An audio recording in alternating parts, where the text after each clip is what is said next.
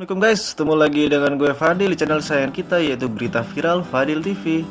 Assalamualaikum warahmatullahi wabarakatuh sahabat Fadil. Kali ini kita mempunyai cerita tentang filosofi bunga matahari. Gimana ceritanya? Nonton sampai habis ya. Karena di sini banyak banget story yang dapat kita ambil. Filosofi bunga dari Ukraina mempunyai bunga nasional yang elok dan indah. Bunga tersebut juga dijadikan oleh daerah Kansas yaitu Amerika Serikat sebagai bunga resmi.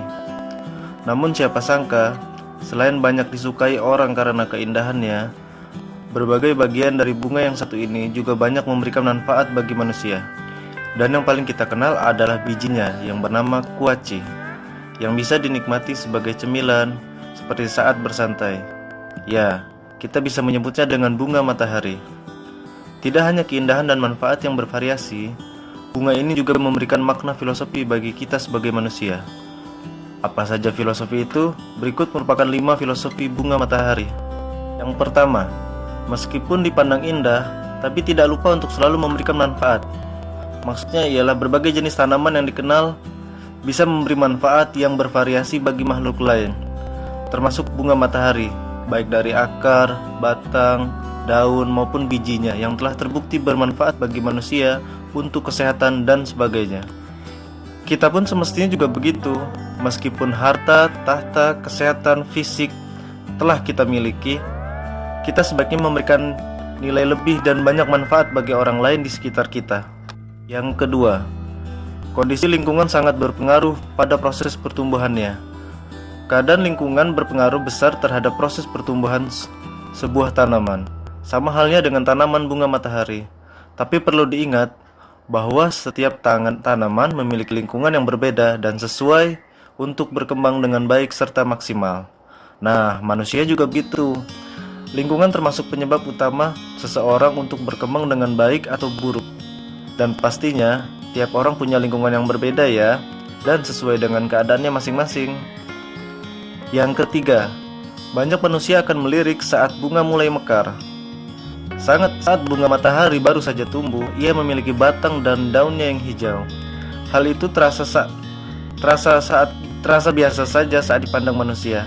Tapi ketika ia mulai menumbuhkan bunga yang mekar, tentunya banyak manusia yang akan tertarik pada keindahan bunganya. Begitu pula dengan manusia. Setiap orang awalnya dipandang biasa saja oleh orang lain. Namun, saat ia bekerja keras hingga menggapai kesuksesan, banyak orang sekitar yang takjub dan kagum terhadapnya. Yang keempat, seindah apapun bunga ini akan tetap layu dan mengering ketika berumur tua. Saat mekar, ketertarikan manusia karena keindahan bunga matahari memang tidak dapat diragukan lagi. Tapi, seindah apapun bunga ini akan tiba saatnya layu dan mengering hingga manusia tak lagi memandangnya indah lagi. Hal ini juga berlaku buat kita. Tampan, cantik, kaya, dan bermartabat memang hal yang menarik perhatian banyak orang. Tapi hal itu akan perlahan hilang seiring dengan bertambahnya usia.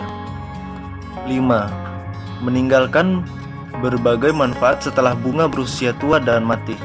Sebagaimana kata pepatah, mati satu tumbuh 1000. Saat mengering, bunga matahari akan dipotong dari pohonnya oleh pemiliknya. Nah, inilah waktu di mana bunga matahari menghasilkan banyak biji yang bisa memberi manfaat. Semakin banyak biji yang dihasilkan, semakin banyak pula manfaat yang diperoleh, terutama bagi pemiliknya.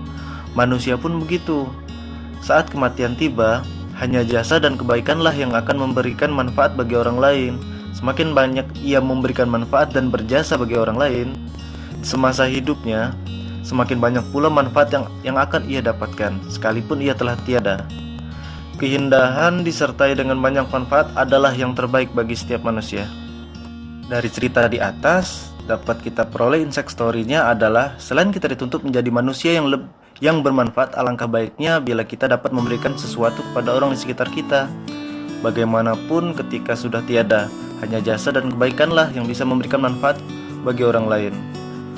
Sebaiknya banyaklah bermanfaat kepada orang lain dan berjasa bagi yang lain semasa hidupnya. Semakin banyak pula manfaat yang akan kita dapatkan sekalipun kita telah tiada.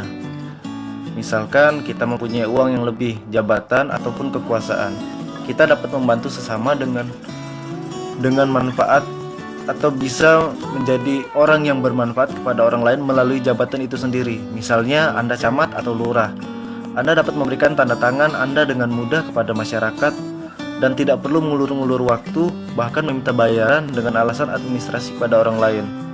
Padahal prosedurnya juga tidak begitu.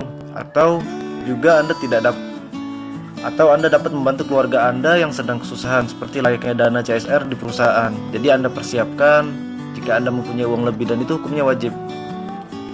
Sebaiknya uang itu juga kita pergunakan untuk membantu keluarga terdekat, misalnya keluarga, adik, kakak, ataupun istri. Karena sebaik-baik kaum adalah manusia yang suka menolong sesama dikala sedang kesusahan, dan bukan memanfaatkan momen itu untuk kepentingan pribadi. Semua itu di luar dari orang yang terdekat kita. Tapi intinya sih, bila kita belum bisa bermanfaat atau menyenangkan orang lain, minimal kita tidak membuat orang itu kecewa ataupun sakit hati dengan kelakuan kita. Contoh simpel yang kita bisa mulai dari diri kita sendiri adalah dengan tidak membuang sampah sembarangan. Bila kita belum dapat ikut andil dalam bersih-bersih dan merawat lingkungan di sekitar kita, alangkah baiknya kita mulai dengan kita tidak membuang sampah sembarangan. Jangan sampai nanti ketika sudah banjir, kita malah ngomong yang macam-macam. Pemerintah kerjanya apa sih? Dan sebagainya dan sebagainya. Nah, sekarang silahkan kalian nilai diri sendiri ya. Menurut kalian termasuk di bagian yang mana? Silahkan kalian tulis ya di kolom komentar. Ketika bunga sedang mekar, hijau, dan menarik, tentunya semua orang akan tertarik untuk mendekat dan melihatnya. Begitu juga ketika kita sedang melihat orang sukses, banyak orang yang mendekat dan berdecap kagum melihatnya. Padahal di balik itu semua, begitu perihnya perjuangan mereka pada masa mereka merintis usaha tersebut. Mereka ada yang melecehkan, direndahkan, bahkan omongan mereka tidak didengar. Kemudian yang terakhir adalah lingkungan. Lingkungan akan sangat berpengaruh dalam segala kehidupan dan pola pikir kita. Seperti contohnya, bila kita dekat dengan tukang parfum, tentunya akan mempercikan aroma kewangian yang tertempel di tubuh kita. Begitu juga pola pikir, kita akan menjadi ikut pemalas bila kita banyak berkumpul dengan orang-orang pemalas, malas bekerja, malas berpikir, dan hanya menyalahkan takdir. Sesungguhnya Allah tidak akan merubah suatu kaum itu sendiri bila mereka sendiri tidak mau merubah nasibnya. Apalagi kerjaannya hanya mengeluh, pasrah terhadap takdir, dan sebagainya. Baiklah sahabat Fadil, jika kalian menyukai cerita ini, jangan lupa like, komen, dan bagikan ke teman-teman kalian ya. Jangan lupa juga subscribe channel ini agar kalian tidak ketinggalan cerita motivasi berikutnya. Wassalamualaikum warahmatullahi wabarakatuh.